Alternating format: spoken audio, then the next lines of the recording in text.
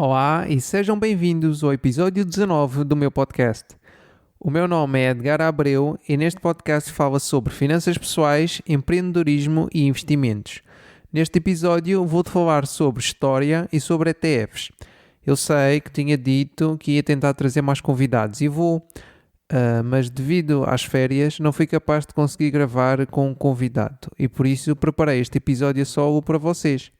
Fica por aí porque prometo que vai valer a pena.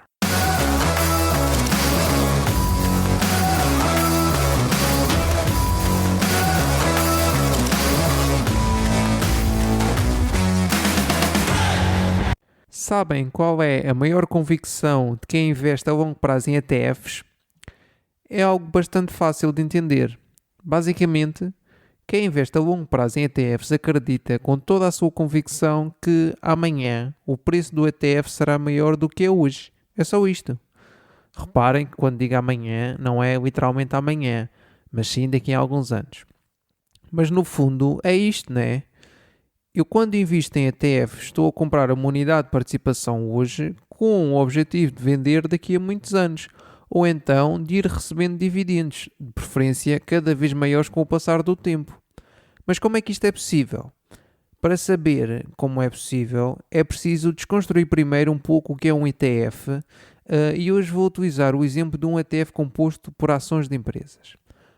O valor de uma unidade de participação de um ETF de ações é basicamente calculado através do valor das ações que compõem esse ETF. Para este cálculo, também conta o dinheiro que o ETF possa ter em caixa, mas vamos manter a coisa simples. O valor no ETF é determinado através do valor das ações das empresas que constituem o ETF. E geralmente um ETF segue um índice. Então, e o que é um índice? É uma forma de agrupar um conjunto de empresas. Esse agrupamento de empresas pode ter várias características. Por exemplo, podemos agrupar empresas de acordo com o seu setor de atividade. Por exemplo, empresas que atuam no setor das energias renováveis. Esse pode ser um ETF. Aliás, esse pode ser um índice e o ETF pode seguir esse índice. Mas também podemos agrupar empresas por país, como por exemplo empresas que estejam listadas em bolsas da Alemanha, etc. Há índices, ou seja, há formas de agrupar empresas para todos os gostos e feitios e, por consequência, também há ETFs para todos os gostos e feitios, porque os ETFs seguem os índices, certo? Então, mas porquê é que isto é importante? Isto é importante porque, geralmente, para uma empresa pertencer a um índice, precisa de cumprir determinados requisitos. E estes requisitos servem, no fundo, para filtrar as empresas boas das más, entre aspas. Por exemplo, num passado recente, a Tesla não pertencia ao índice S&P 500, que é o índice que agrupa as 500 maiores empresas dos Estados Unidos da América. Mas como a Tesla é uma boa empresa e cresceu bastante no passado recente, foi adicionada ao índice. Por outro lado, se uma empresa perder qualidade e não cumprir determinados requisitos, ela poderá ser removida do índice. E esta é uma das vantagens de investir em ETFs. Porque, como um ETF segue um índice e os índices têm esta capacidade de incluir as boas empresas e excluir as más, o valor do ETF tenderá a subir no futuro. Faz sentido? Ou seja, as empresas com maior crescimento vão sendo adicionadas aos índices e as empresas que têm bom desempenho vão ficando nos índices. As que têm um desempenho fraco acabarão por ser excluídas do índice. Agora que já sabem o que é um índice e a forma como os ETFs e os índices estão associados, passamos à parte da história e à razão porque um investidor em ETFs ser no fundo um otimista em relação ao futuro e em relação até à humanidade. E para vos mostrar isto, vou utilizar o desempenho do índice MSCI World. Este índice segue mais de 1.500 empresas de países desenvolvidos e vamos falar sobre o seu desempenho nos últimos 40 anos. Vale a pena notar que, embora um ETF e o índice que o seguem possam ter um desempenho diferente, essa diferença nunca será assim muito grande. E para efeitos de simplicidade, vamos aqui considerar que é igual. Mas vou deixar na descrição do episódio o link de uma publicação que eu fiz no Instagram com o Big Moeda Bang sobre esta diferença entre o desempenho do índice e do ETF, se quiseres saber mais sobre isto. Então, nos últimos 40 anos houveram várias crises, vários crashes deste índice. Lembre-se que um índice e, por consequência, um ETF é composto pelas ações das empresas que fazem parte desse índice. Por outras palavras, o valor de um índice cracha, entre aspas, ou seja, tem uma queda abrupta, porque as ações das empresas que compõem esse índice também tiveram uma desvalorização abrupta. Como eu estava a dizer, nos últimos 40 anos houveram vários crashes, ou melhor, várias desvalorizações grandes do valor deste índice. Lembrem-se que estamos a falar do MSCI World, para este exemplo. Ou seja, é um índice que segue empresas de todos os países desenvolvidos. E por essa razão, se este índice teve uma queda abrupta, significa que grande parte do mundo, se não todo, estava a atravessar uma crise financeira. Mas adiante. Este índice teve várias quedas abruptas nos últimos 40 anos. E dessas quedas eu vou falar aqui hoje sobre 4. Umas mais recentes, outras mais antigas, mas ambas capazes de nos ensinar alguma coisa. Então vamos lá.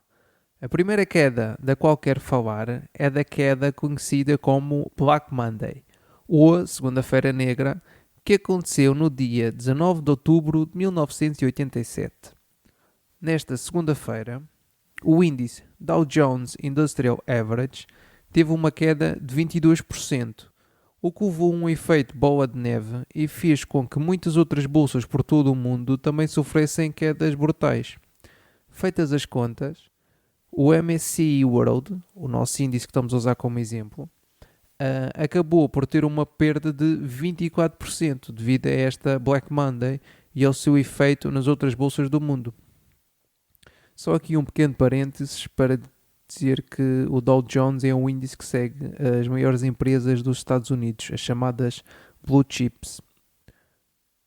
Não existe nenhuma razão específica para esta queda abrupta da Black Monday.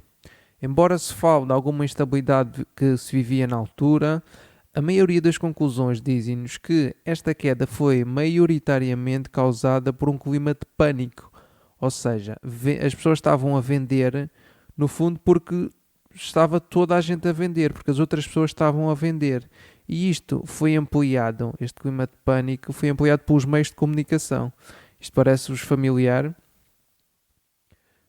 O mais importante a reter sobre esta queda da Black Monday são 3 coisas.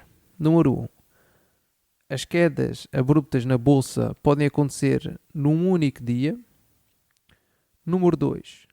Em outubro de 1968, ou seja, um ano depois desta Black Monday ter acontecido, do crash ter acontecido, quem tivesse comprado exatamente no mês anterior à Black Monday, ou seja, no pico antes de haver o crash, e se não tivesse vendido, teria recuperado todo o seu dinheiro e estaria novamente em terreno positivo. E quem tivesse continuado a comprar durante o crash tinha tido retornos muito superiores. Número 3.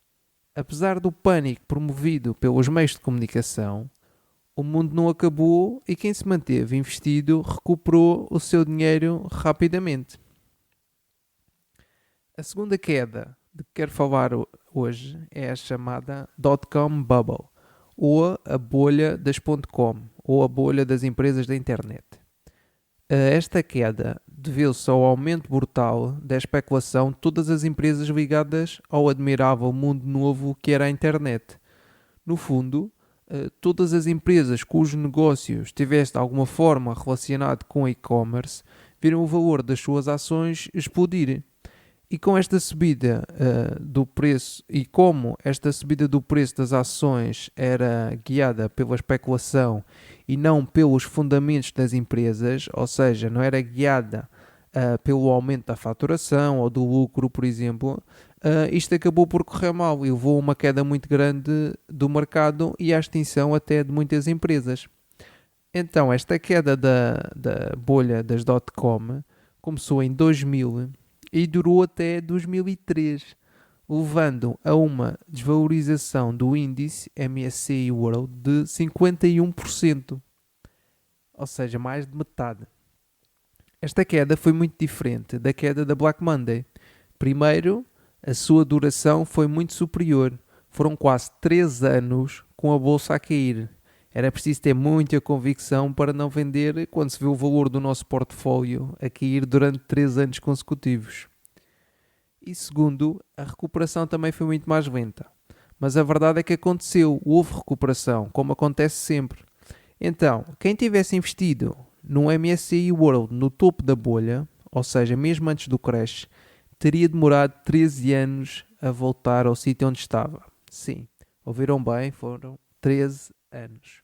A recuperação foi mesmo muito lenta, porque o crash também foi muito grande. Mas quem estivesse a fazer dollar cost averaging, por exemplo, e se tivesse conseguido manter a disciplina e não ter vendido, de certeza que hoje em dia tem uma conta bancária muito recheada. Então, o que é mais importante reter aqui desta queda das dot-com? São 3 coisas. Número 1, as quedas podem ter diferentes durações, enquanto que a Black Monday foi praticamente no dia, esta queda durou quase 3 anos. Número 2, as recuperações também podem ter diferentes durações. Enquanto que na Black Monday a recuperação foi feita num ano, aqui demoraram 13 anos. E número 3, a recuperação acaba sempre por acontecer. Pode demorar mais ou menos tempo, mas acaba por acontecer. Vamos então continuar na nossa viagem pela história e passar a uma queda mais recente. A queda devido à crise financeira de 2008. Desta devem lembrar-se, nem que seja vagamente. Em 2007 e 2008 tivemos uma queda nos mercados de quase 60%, conhecida como a grande crise financeira ou a crise financeira global. Esta crise foi causada por empréstimos por parte dos bancos a pessoas que eles sabiam que não tinham capacidade para os pagar. Juntando a isto, as instituições financeiras expuseram-se a ativos de risco de uma forma excessiva e, com o rebentar da bolha no preço das casas nos Estados Unidos, observou-se novamente um efeito de bola de neve, o que causou uma grande crise financeira global.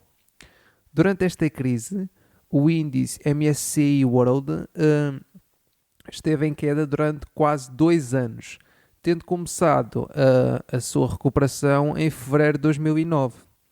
Quem tivesse investido mesmo antes da crise financeira e não tivesse vendido, teria novamente lucro passados 5 anos. Obviamente, quem tivesse seguido a estratégia de investir independentemente do preço, ou seja, investir, por exemplo, todos os meses, independentemente se o mercado estivesse a subir ou a descer, o conhecido como dollar cost averaging, que falei antes, teria feito muito dinheiro durante esta recuperação. E então, o que é que aprendemos com a crise de 2008? Foram 2 coisas. Número 1, não existe um valor máximo de quanto a bolsa pode cair. Na Black Monday foi de 24%, na bolha das .com foi de 51% e na crise de 2007-2008 foi de 59%. E número 2, apesar da falência de alguns bancos e de tempos de dificuldade, a bolsa acabou, neste caso o índice, acabou por recuperar e quem tivesse investido mesmo antes do crash, hoje em dia estaria muito melhor se tivesse sido capaz de manter o foco e a disciplina e de não vender os seus investimentos.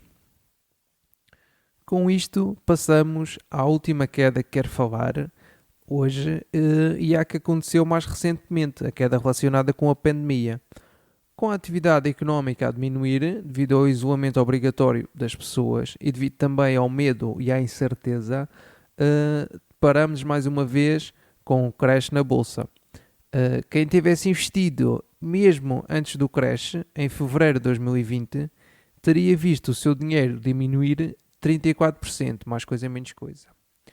Esta queda da bolsa teve o seu fim menos de um mês depois de ter acontecido. E mais uma vez, quem tivesse investido mesmo antes do crash, ou seja, na pior altura possível, se não tivesse vendido, já teria recuperado o seu dinheiro e até estaria com lucro em novembro de 2020, ou seja, 8 meses depois. Vale a pena referir que quem continuou a reforçar os seus investimentos independentemente do crash da pandemia teve lucros ainda superiores. Então, o que é que aprendemos com a queda do Covid? Número 1, que os crashes da bolsa de valores ou as crises financeiras podem acontecer por inúmeras razões, sejam elas por pânico, por questões de saúde, por riscos de crédito, etc. Número 2, aprendemos mais uma vez que a seguir a um período de crise nos mercados e de recessão económica vem o quê? Isso mesmo, vem uma recuperação económica. E número 3, aprendemos que, apesar de ser constantemente noticiado que o mundo vai acabar, seja por que razão for, a verdade é que continuamos aqui. E bem, o bom desta última lição é que se de facto alguma vez o mundo acabar, também não vai estar aqui ninguém para dizer que eu não tinha razão. Então, resumidamente, aprendemos que durante o passado houveram crises causadas por diferentes razões, que tiveram durações diferentes, que aconteceram sem ninguém, entre aspas, estar à espera e que o período de recuperação foi também diferente. Mas importa salientar e reter que houve sempre uma recuperação. E se olharmos para trás, também podemos perceber que é inevitável que aconteça um próximo crash. Quando e porquê? Ninguém sabe. Muita gente dá palpites, mas a verdade é que ninguém é capaz de prever o futuro com exatidão. E na minha opinião, isto ajuda-nos, toda esta informação ajuda-nos a preparar para o futuro. Porque é como se costuma dizer, a história não se repete, mas costuma rimar. E é isto que me faz ser otimista em relação ao futuro e é por isto que digo que investidores em ETFs são otimistas por natureza. Porque sabemos que depois da tempestade costuma vir a bonança.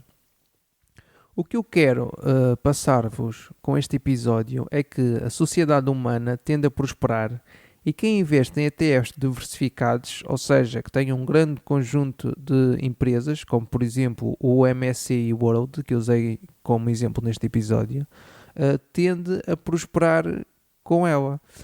Isto, claro, se tiver o foco e a disciplina de não vender quando acontecem estes crashes.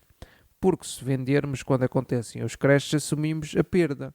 E aí não há história que possa fazer alguma coisa por vocês.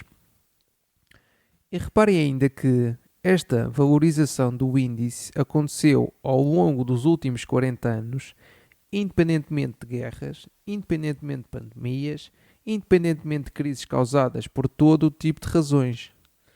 Isto quer dizer que somos indiferentes a estes acontecimentos? Claro que não. Cada pessoa será impactada por estas coisas de maneira diferente e também de acordo com a sua preparação. Por exemplo, uma forma de nos protegermos a nível pessoal destas quedas, destes crashes, é termos um bom fundo de emergência, para não sermos obrigados a vender os nossos investimentos em cenários de inflação ou de aumento de impostos ou de perda de emprego. Então, será que vem aí um novo crash? De certeza. Quando é que vai ser? Não faço ideia, nem ninguém faz na realidade. Estás preocupado por causa disso? Não estou, porque tenho o meu fundo de emergência. Vais vender se houver um crash? Não, porque tenho o fundo de emergência e porque espero que, como já aconteceu tantas vezes no passado, que a seguir a um crash venha uma recuperação. E se houver a Terceira Guerra Mundial? Bem, se isso acontecer, tudo isto interessará pouco, né? Mas quem puder manter e quem puder comprar fará muito dinheiro, assumindo que não morre toda a gente no Armageddon nuclear, né? Lembrem-se que, nesta nota aqui da guerra, que a guerra é travada em várias frentes, sendo uma delas a informação e a comunicação. E lembrem-se que o medo vende e muito. Chegamos então ao final deste episódio. Espero que tenham gostado e que tenham ficado com uma perspectiva histórica que vos ajude a enfrentar o futuro. Se ainda não o fizeram, subscrevam o podcast para não perder os novos episódios, porque tenho previstas conversas com convidados muito interessantes. E já que aqui estão, deem uma olhadela, ou melhor, uma ouvidela, aos outros episódios e sigam-me no Instagram, onde falo todos os dias sobre finanças pessoais e investimentos. Vou deixar o link do Instagram na descrição. Muito obrigado por estares desse lado e até o próximo episódio.